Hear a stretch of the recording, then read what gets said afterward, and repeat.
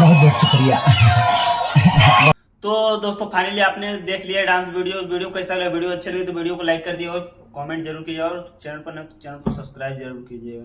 तो दोस्तों अब मैंने ये डांस वीडियो मैंने बनाया था, कब बनाया था? 7 तारीख को चैती दुर्गा पूजा में, और मैं अपने गांव में मतलब डांस किया था।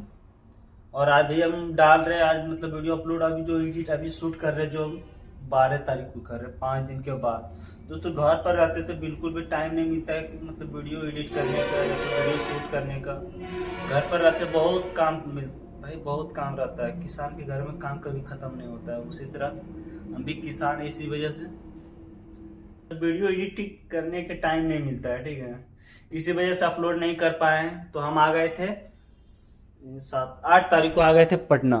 तो यहाँ पर देख सकते हैं हम अपना ऑफिस में हैं। उसके बाद हम अस्थाई से उसके बाद हम मतलब पहले आए, उसके बाद 2 रोज पहले आराम से सोए हैं, नींद लिए आराम से। उसके बाद अभी वीडियो को एडिट करेंगे, उसके बाद अपलोड करेंगे। तब वीडियो काफ़ी ज़्यादा मेहनत लगता है वीडियो एडिट वगैरह करने में। तो आप लोग प्यार सपोर्ट बनाए रखिएगा, ठीक है। तो यहाँ पर देख सकते दर्पण इतना बड़ा।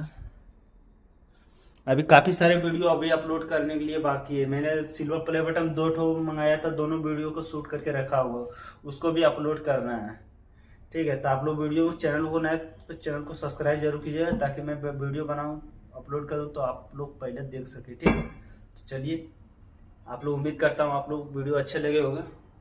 तो अच्छे होंगे कमेंट जरूर कीजिएगा, ठीक है। मिलते हैं अगले वीडियो में, तब तक के लिए बाय बाय।